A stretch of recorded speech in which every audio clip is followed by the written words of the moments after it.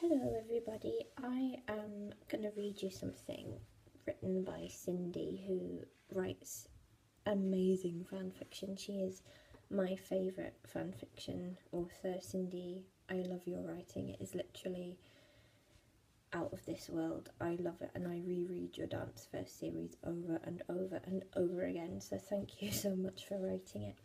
And I asked Cyndi about a week ago if I could read the first story in her Dance First series because it's just so lovely, and I just want to let everybody know I did not write this. Cyndi wrote this, but she has kindly given me permission to read it, and so I will leave you a link to both versions because there's like a clean version and a not clean version, but you know, they're both awesome.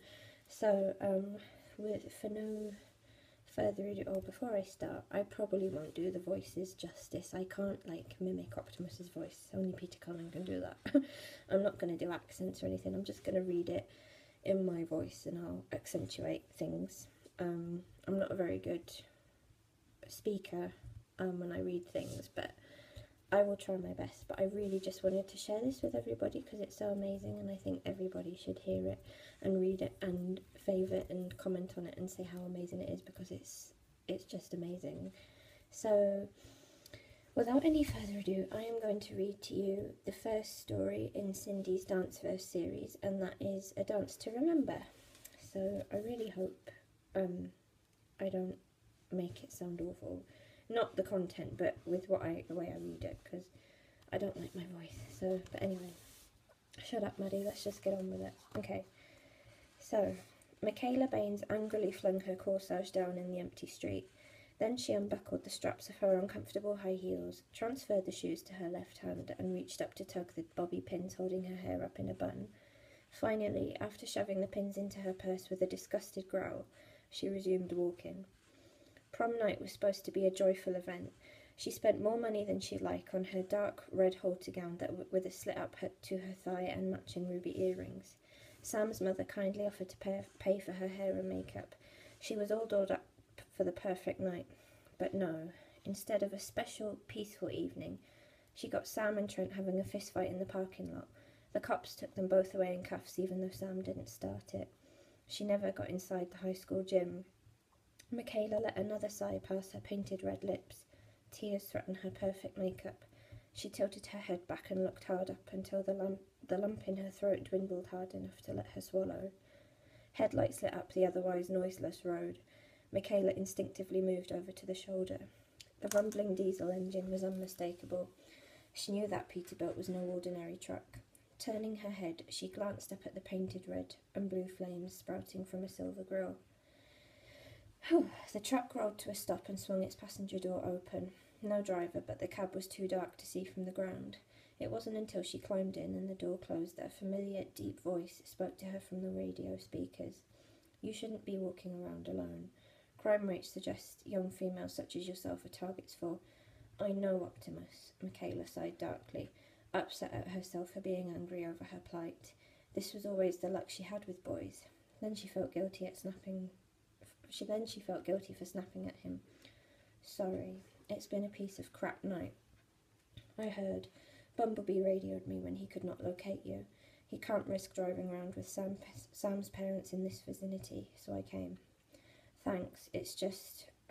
I'm sorry, I had to get out of there. Michaela leaned back in the leather seat and gazed forlornly at her red manicure. Damn Trent and his flock of followers. Sometimes I swear guys only wanted to go out with me because they think I'm pretty, like I'm some trophy to show off. All I wanted to do was dance with a nice guy. Is that too much to ask? Just 1 minute of peace after. She couldn't bring herself to say Mission City. It still gave her nightmares. Optimus, bless him, stayed focused entirely on the road. For several minutes he didn't utter a sound beyond his engines. At first she thought he'd drive her back to school, but he turned left at the cross street, taking them in the opposite direction. Hey, where are we going? Somewhere quiet, came the cool reply. He rolled to a relatively deserted part of the city and pulled into an abandoned field. Michaela remembered this grassy space. Optimus landed on it. The scar of his descent still marked the grass and trees. I'd like to make up for your ruined evening, Michaela. Sorry. Optimus swung his passenger door open for her. Huh? How the heck would a giant robot fix my prom night? Why? I wish to perform an experiment with my hologram, but my main priority is solving your problem. Michaela smiled at his kind offer. How could she refuse? Optimus wasn't asking because he'd gained prestige amongst his buddies, and that made all the difference. She climbed out, leaving her purse and shoes on the seat. The cool grass was soft against her bare soles. She rubbed a hand down her backside to make sure no part of her dress had caught on the side of the truck. Forgive me if this doesn't work. I haven't tested it. And then, with a soft zapping noise, Optimus's image wavered into reality on her left. He still looked as regal as ever, but he stood exactly 6.5 feet tall. Optimus glanced at his hands, and his faceplate shifted subtly into his version of a smile. Well, what do you know? It works, she gasped. Optimus? He fixed her in his shining blue optics. Human holograms feel so false to me. Useful as a disguise while driving in daylight, but when I'm alone, I'd much rather experience your world as myself. It was strange to see a human-sized Optimus Prime. In many ways, he reminded her of a glistening metal sculpture, his body so intricate and his face so perfectly formed with humanoid yet simultaneously alien features. The space between his facial plating weren't as pronounced at this size. She stared at him. He was beautiful. Something about his eyes was sad, mired in the guilt of losing Jazz, his own brother. Seeing his own brother, his very evil brother, she noted, silently die, and the knowledge that all hope to restore his world seemed lost. She wondered if he ever spent his recharge hours going over it again and again in his mind, seeing what he could have done different. Could Transformers cry? Michaela realised she was staring. She looked down, pretending to examine her fingernails. Optimus extended his metallic hand, his optics glowing softly in the moonlight. May I have this dance, Michaela? Michaela blinked at him. Wait, how does he... Oh, of course, the internet. He probably downloaded the steps. Please, don't try and do it in something complicated like the tango. For once she was the nervous one whose mouth ran dry. First she was worried about him stepping on her feet and breaking her toes. Then she worried about someone seeing them. Then she worried she enjoyed it. His radio whirred to life and the strains of Michaela's guilty pleasure music rippled in the air. Berlin, Take My Breath Away. I noticed a few songs from the 1980s on your iPod. Pardon me. That made her chuckle. He caught her, but he'd never make her admit to liking 80 songs in front of anybody else. She breathed a silent thank you because he hadn't put on something crazy, like tango music. Phew. Okay, I'll dive in. She took his outstretched hand. It was as solid as the truck behind him and cool to the touch. Not cold, just slightly cooler than her skin. He drew her close, interlocked their fingers, and wrapped his free arm around her waist.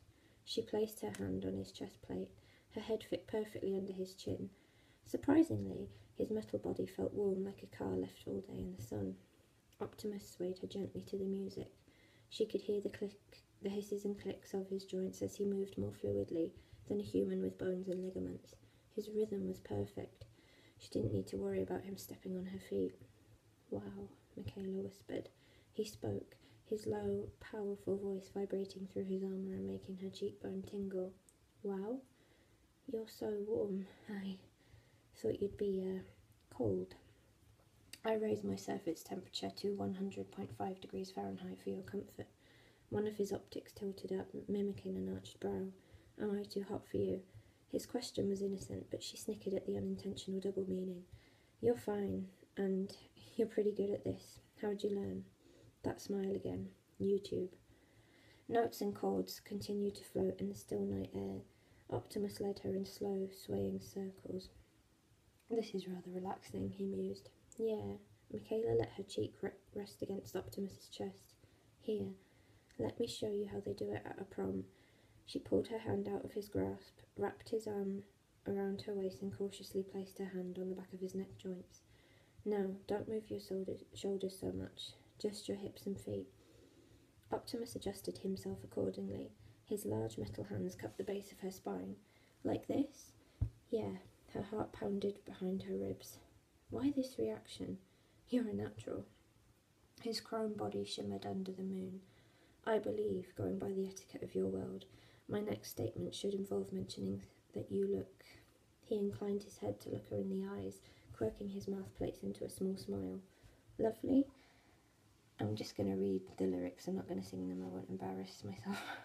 Watching, I keep waiting, still anticipating love, never hesitating to become the fated ones, turning and returning to some place secret inside, watching in slow motion as you turn my way and say, my love, take my breath away. Blushing, Michaela tilted her head to the side. She'd been called many things, hot, sexy, gorgeous, but lovely was a new one. At least he acknowledged her appearance. Sam forgot. She didn't blame Sam. He always got nervous around her. Most guys did. Thanks, Optimus. I kinda wish I asked you to the prom, she mused. Somehow I think your peers would have a problem with that, and there is also the issue of finding a tuxedo in my size. Optimus chuckled and winked at her. It looked a little dorky, but his gentle laugh made the gesture charming in its innocence. She barely concealed an unladylike snort. How about I spray paint you black and white and wrap a tie around your neck? Ratchet would love that. He laughed again and twirled her. Then he pulled her close and bent forward in a graceful dip that brought their faces mere inches apart. Is my dancing sufficient? Better than sufficient, Michaela replied when they straightened. Again she felt her cheeks growing warm.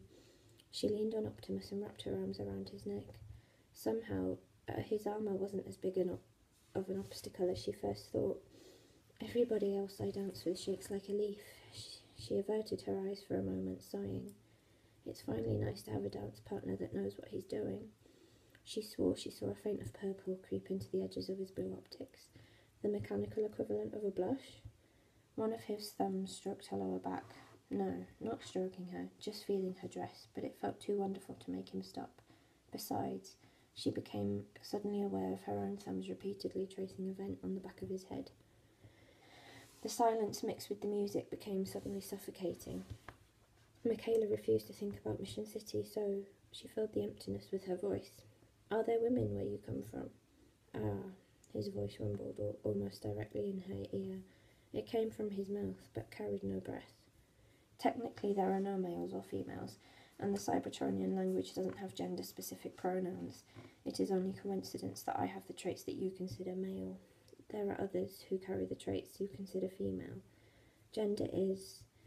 I find it highly strange and foreign. A cold answer. His tone wasn't cold, the ideas behind it were. No women. The icy space inside her grew. They were machines, not men and women. Tears sent hot pokers prickling in the corners of her eyes. Optimus switched to another song. Total Eclipse of the Heart by Bonnie Tyler, and adjusted his footwork to match the new tempo. He seemed to know every 80s piece Michaela kept on her iPod. He also guessed exactly what she was thinking. On Cybertron, relationships are not based on gender, appearance, or reproductive capabilities. Intellect is what I find attractive. He levelled his eyes with hers. My people love deeply. We have ways of intimacy you could equate to intercourse, and we mourn for lost lovers. So fundamentally, we are not so different, are we, Michaela? I guess not. She slowly became aware of heat coming from somewhere between his chest plates. Do you have anyone? He lifted his gaze to the sky. Some more lyrics now.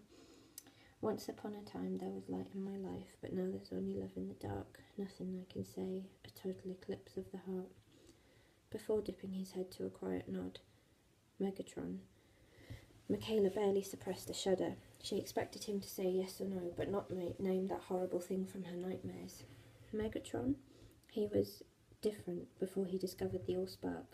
The corruption turned him into what he was. Optimus looked to the side, and lasers issued from his optics. The light beams coalesced into a mech whose silver body reminded Michaela of a medieval knight. The image turned its head, and shockingly familiar red eyes tilted in a warm smile. Then it faded as Optimus shut off the hologram. Michaela could hardly believe that was Megatron. He looked gorgeous. But you called him brother. That is a rather loose term, actually. Two mechs who gain consciousness in the same movement sometimes call each other brother. 10 billion years ago, Megatron and I, we came into being facing each other. My oldest memory is his face. I loved him before I cycled my first intake, Michaela. He trembled, and I will loved him after my last exhalation. Her words made her ache inside.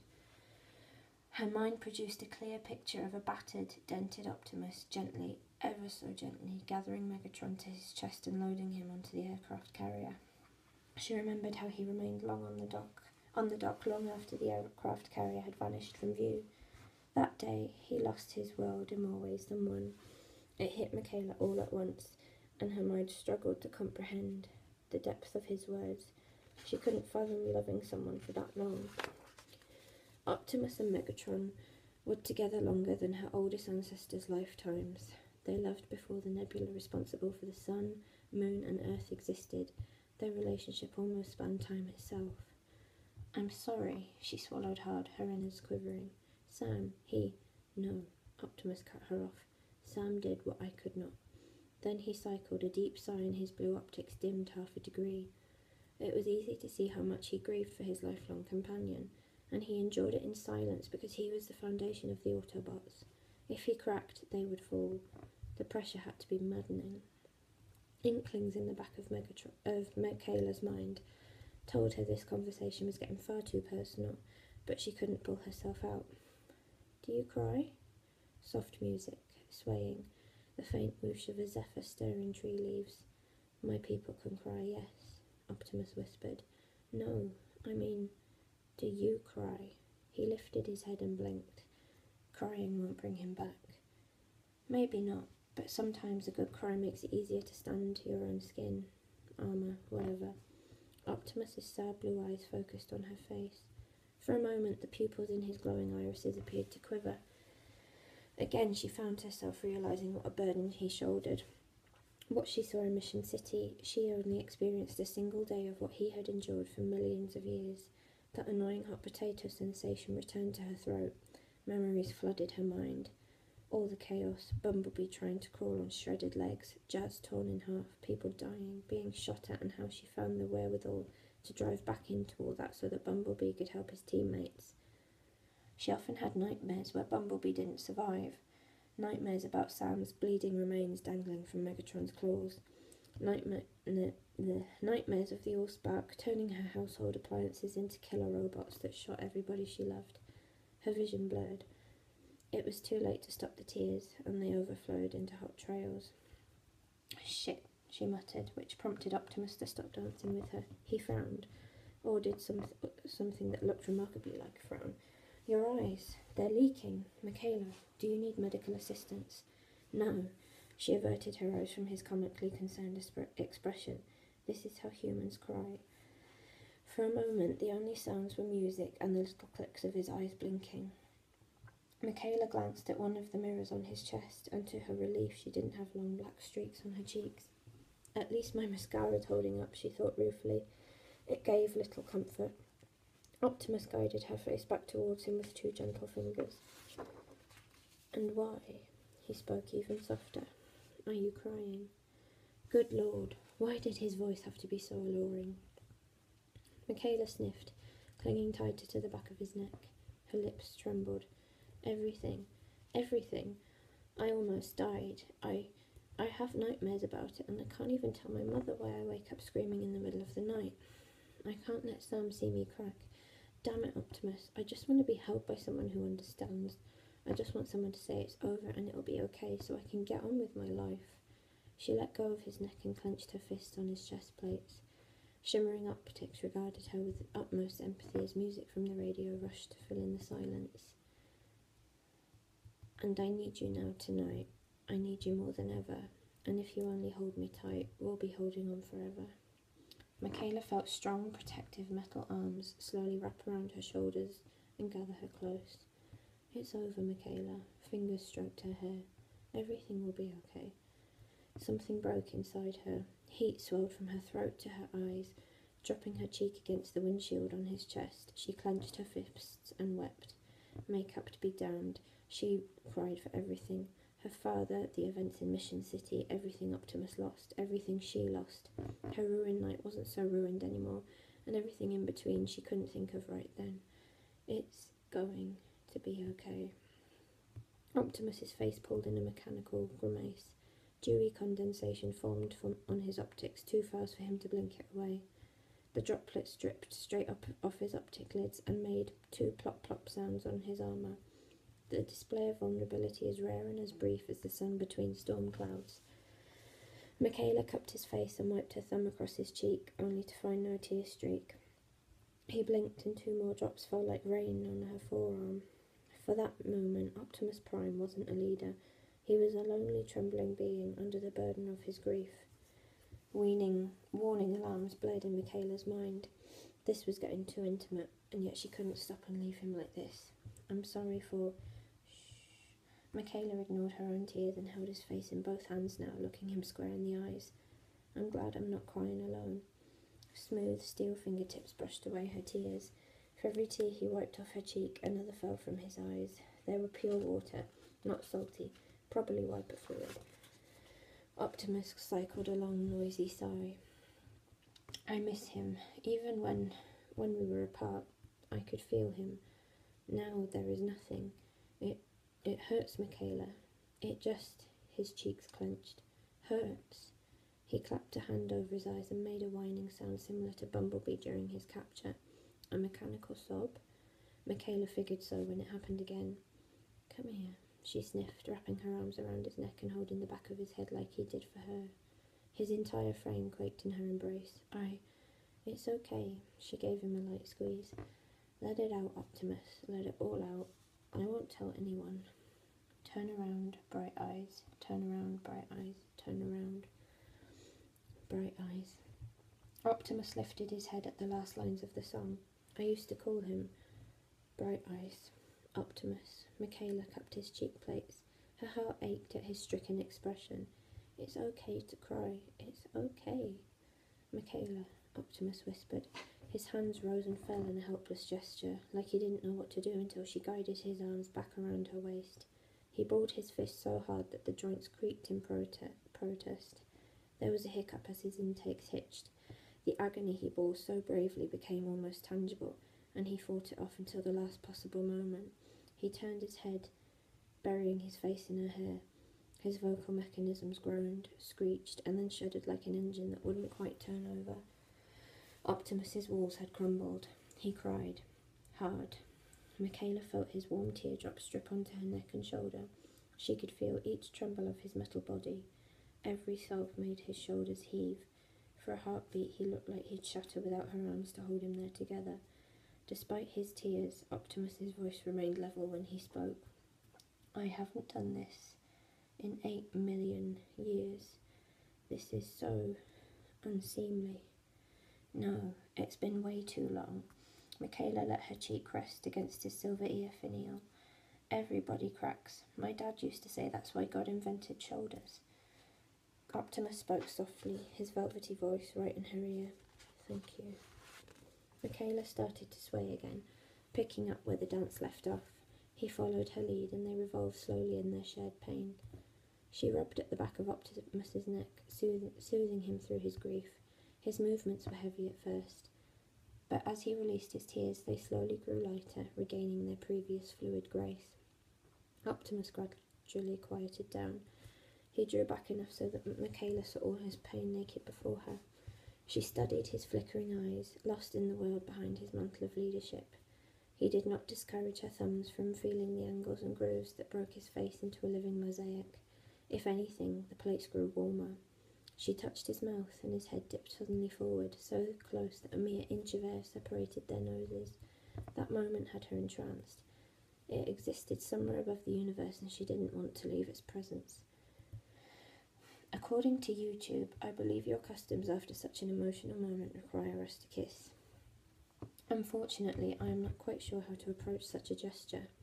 If he said that any other time, Michaela would have laughed at him for mistaking romantic movie clips as examples of human behaviour.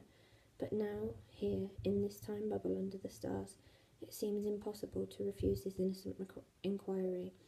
She smiled a little, leaned up, and gave him a quick peck on his mouth plates. You've lost your mind. You kissed a walking, talking truck. You have lost your... Michaela shut out her conscience. This moment was too pure and perfect to ruin with guilt and dread. She'd never been around someone who saw her for her, and not as the pretty girl to show off as a sign of their masculinity. Why weren't there more men like him around? Because Sam and I, we're still kiss. Optimus isn't. That felt interesting, Optimus said. You kiss Sam differently. Kissing, it's complicated. Down here, you don't kiss family members or friends the same way you'd kiss a boyfriend or a husband. Michaela arched a brow at him, curious. You don't have anything like kisses on Cybertron? Optimus looked down at her, his expression gentle. Not quite, no. Your people are far more touch-oriented than mine. I find that fascinating. He paused and blinked, lifting his hands slightly off her shoulders. Have I laid hands on you in a manner you find offensive? That was a new one. Guys usually groped and fondled her so much so that she almost asked Optimus to repeat himself. Then again, he wasn't driven by the desire to throw her on the nearest vehicle hood and turn a perfect night into awkward looks and regret the next day. Trust me. Michaela's arms instinctively wrapped around his neck again, eliminating the last inches of space between them. I'd let you know if I didn't like where your hands were going. And just so we're fair, I hope I'm not doing anything you don't like either. Not at all. They went back to swaying with the music. She noticed his hands moving up and down her back, cool fingers going from pressure through her dress to icy flames across her bare shoulder blades. His stainless steel hands made her skin break out in delightful goosebumps. Her inhalations deepened, but she didn't stop him because she knew his explorations had no ill intentions.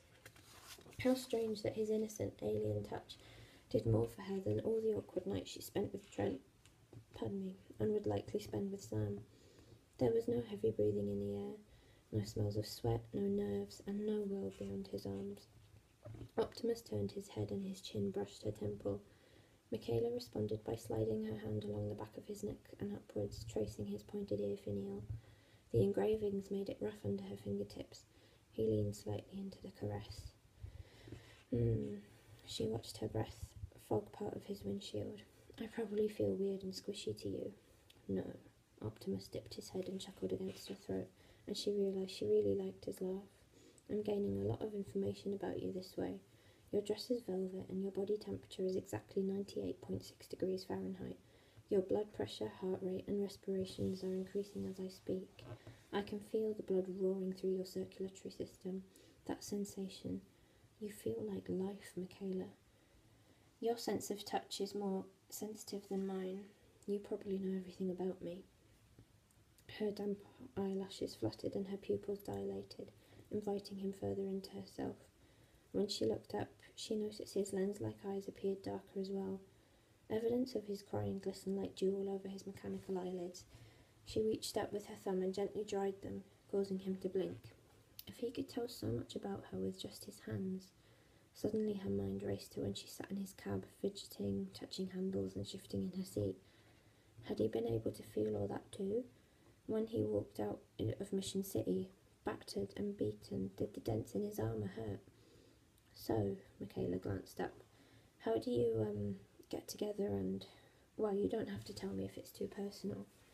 You wish to know how my people are intimate? Well, if you wanted to be that blunt. Yeah, I never thought robots got down like that. Optimus tossed his head back and laughed at that.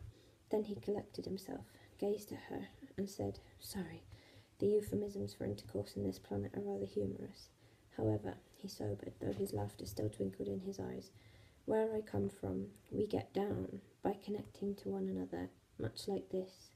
He clasped her hand, interlocking their fingers. We would bear our sparks and form a data stream, sharing our most private thoughts and feelings.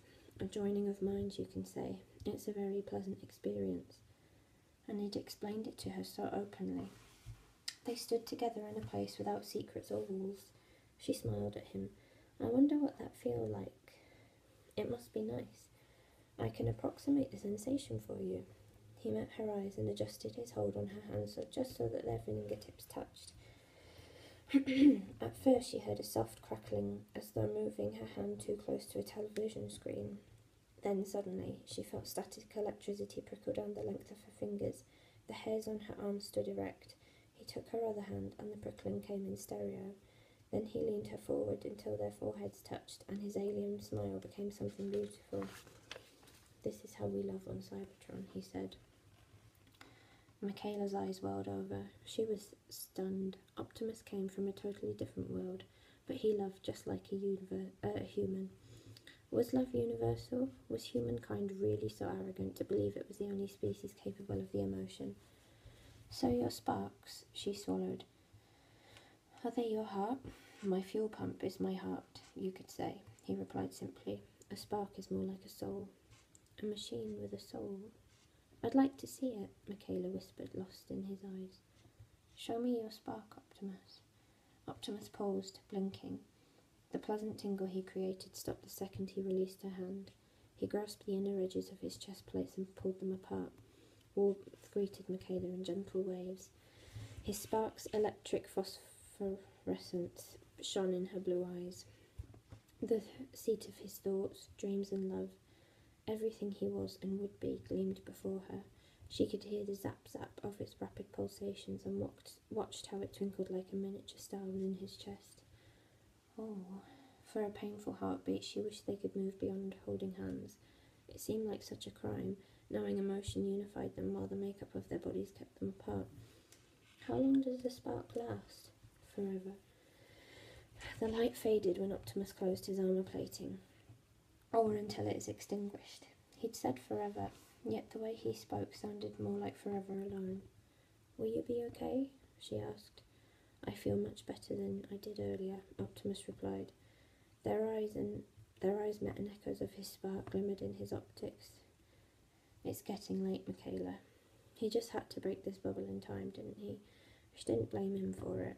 How could he have known she wanted to pretend away reality for a few more minutes? Michaela shot a self-conscious glance at one of the mirrors on Optimus's chest plates. To her surprise, her makeup hadn't suffered too terribly, or at least not enough to notice in the dark. Then she realised how silly it was to worry. Optimus wouldn't care about something so shallow. She smiled in relief and looked up. "One more dance?" A smile tugged Optimus's metal features. "If that is what you want." "I even found the perfect song."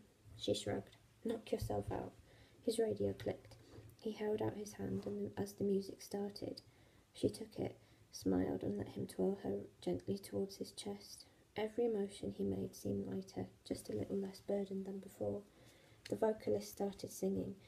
Darn it, the song hung just on the edge of Michaela's memory. She'd heard it before. The recognition hit at the chorus. "The lady in red is dancing with me, cheek to cheek. There's nobody here. It's just you and me. It's where I want to be. But I hardly know that this beauty by my side. I will never forget the way you look tonight." "Christopher." Michaela linked her fingers together on the back of Optimus's neck. "Lady in red." Optimus nodded in that sagely manner he did whenever something pleased him. "It seemed appropriate, considering your attire." He tilted his head. "You match the imagery of the song." Michaela giggled. "I didn't know you had a romantic side." "Neither did I. But I'm grateful for the discovery," he said, dipping her in a way that made her want to throw him against the nearby tree and shove her tongue down his throat, and she might have been if he'd been human. There was something about him so raw and alluring that came from beyond what he looked like or where he came from.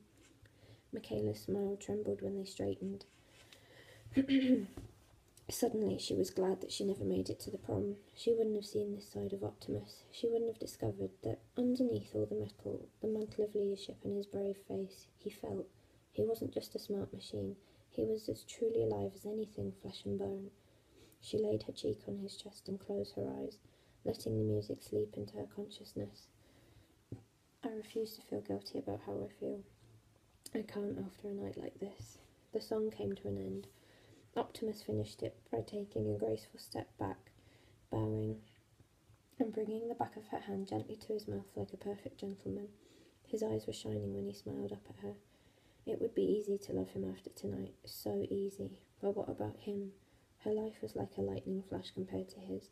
Wrapping love around him meant causing more heartbreak when her natural lifetime ended. She couldn't burden him that way. Not when he'd already lost practically everything he held dear. But her feelings toward him were different now. She couldn't put her finger on Michaela. Optimus's voice broke into her thoughts. Hmm? The air temperature is reaching a level detrimental to your state of dress. Until then, she didn't even notice her own shivering. I should return you to your home. Guess so, Michaela sighed. Thanks for tonight, Optimus. The slightly sad glow returned to his blue optics, a sign that he too wished this night didn't have to end. I owe you my thanks too. I needed that. She nodded to him. Any time. You can still look me up if you need to talk. I'd like that, Optimus said. Then he helped her up into the cab of his real body. His hologram vanished as the door swung shut. No more music, just the rumble of his engine. He turned the heater on full blast. The warm cab and soft vibrations quickly put Michaela to sleep. She dreamed pleasantly for the first time in months. Next thing she knew, she woke to his air brakes pop hissing. She looked out the window. They were outside her darkened house.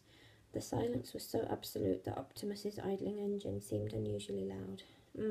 What time is it? Oh, 100, or 1 o'clock in the morning. Michaela gazed forlornly at her home. Tonight was so perfect. Why did it have to end? Being the gentleman he was, Optimus utilised his hologram once more and walked her to the door. Hey, Optimus. Michaela dropped her purse and shoes on the front steps. Glowing pools fixed on her as if she held the universe in her hand. For some reason she felt herself blushing. Megatron was a lucky guy. You know, back when it was good for you two. Optimus's face melted into a soft, metallic smile. So is Sam. Michaela blushed at that. She stood on her toes and touched her lips against his warm mouth plates. It felt like the right thing to do, and he didn't seem to mind. Good night. Good night, Michaela. They were still holding hands when Optimus's real self pulled away. His hologram flickered, became insubstantial, and then faded the moment he turned the corner. Michaela hugged herself as the memory of his gentle touch hung in the suddenly empty air. Sam's parents bailed him out of jail. Michaela found out when he sent flowers to her house. Cheap flowers because he was so broke, but he wrote a sweet note apologising for ruining their prom. Her heart swelled. The gesture showed her he saw her as more than just a pretty thing to decorate his arm. He had genuine feelings for her. Maybe he had just had trouble expressing them, like Optimus and his pain. Come Monday, she was waiting on the curb when Bumblebee pulled into the school parking lot and let Sam out. Naturally, the second he was in speaking range, Sam started to rumble. Michaela, I'm so sorry about Trent. I told him to shut up for calling you a slut and, he slugged me. I knocked him against his truck. Gotta pay for the window, so I kinda... Sam, Michaela pressed a finger against his lips. He was really cute when he babbled. It's okay. You're not mad? His eyebrows went up. She slipped her arms around his neck the way she did with Optimus and lightly kissed his lips. Nah. Behind them, Bumblebee's radio let out a cat call that caused a few people to mutter about the jerk in the car. Michaela pressed her forehead to Sam's chest and giggled. Mind your own business. Sam lightly kicked the Camaro's rear tire. He grinned, muttering, pervert. Michaela smiled as the bell rang. She took Sam's hand and led him towards the school building. Over her shoulder she said, See you later, Bumblebee. So, Miles's date stood him up and he ended up walking home in the dark. Beads of sweat formed under Michaela's hairline as she worked a push broom across the warehouse floor. Optimus sat nearby with one leg pulled to his chest and his forearm resting across his knee. His radio played music, Fleetwood Mac at that particular moment, while he gazed through the large door at the horizon, watching, always watching. He sat so still that he'd passed for a sculpture to the casual observer. Not that there would be anybody. Hardly anybody paid attention to a rundown warehouse. Doesn't surprise me one bit, she commented between broom scrapes. Rachel's nasty like that. She calls me a slut when she's the one that goes on dates with one guy and comes back with somebody else. Optimus turned his head. So this Rachel is rather promiscuous? You could say that, Sam replied. She probably gets more than truckers do. His eyes widens. No offence, Optimus. A small, barely concealed laugh. None taken. 2 vehicles pulled up outside. One a yellow Hummer H2 and the other a black GMC top kick. They parked so close together their doors touched. Clear, Optimus called.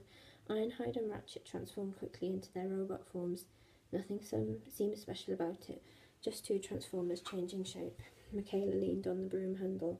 Have a good time? Mm-hmm. was Ratchet's cool reply. I think I finally fixed that loose bolt in Ironhide's suspension. Ironhide flicked his cannons. After I tweaked his axles. Don't mind him, Ratchet made a dismissive gesture. He's just upset because I landed on top. Ratchet, so help me. Ironhide's face scrunched into false anguish.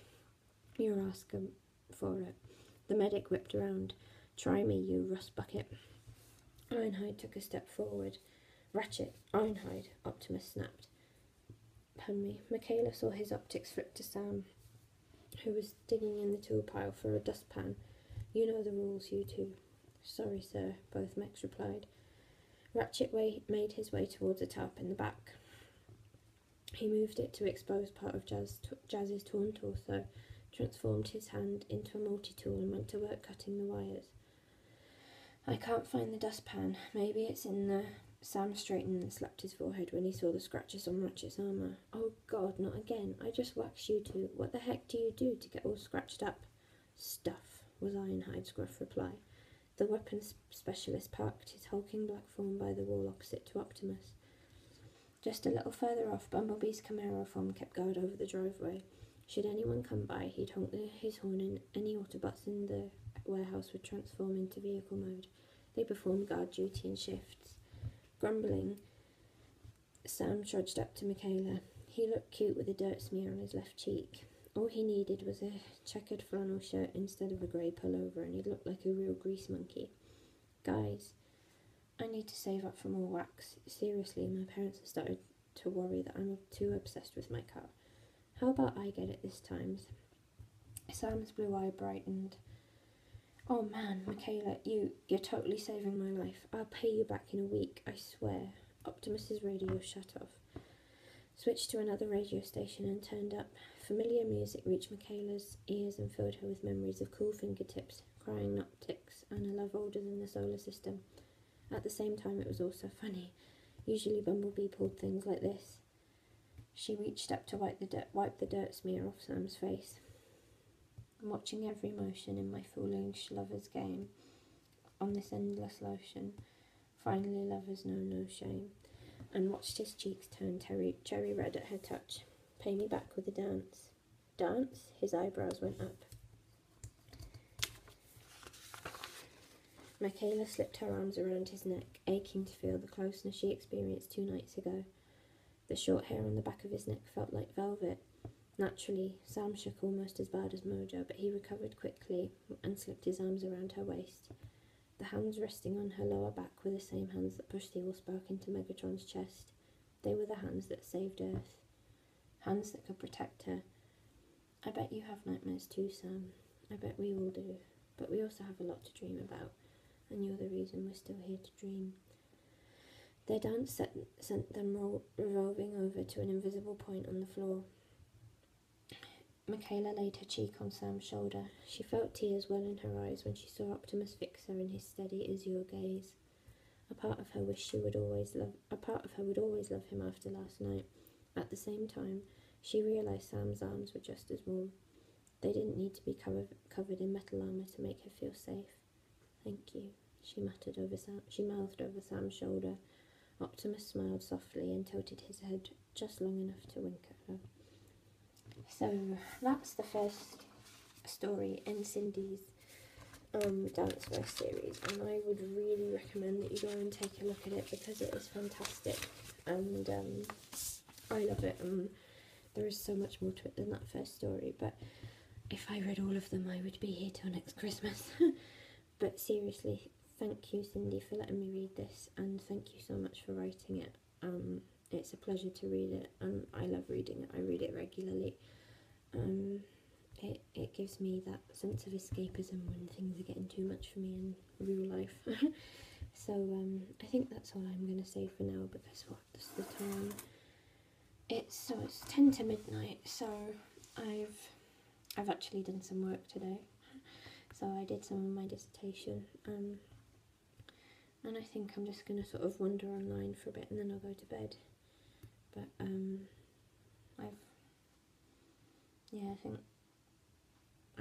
love that story. So thank you, Cyndi. and I'll leave you a link down here to it, and go and read it because it's awesome. So thanks everybody, bye.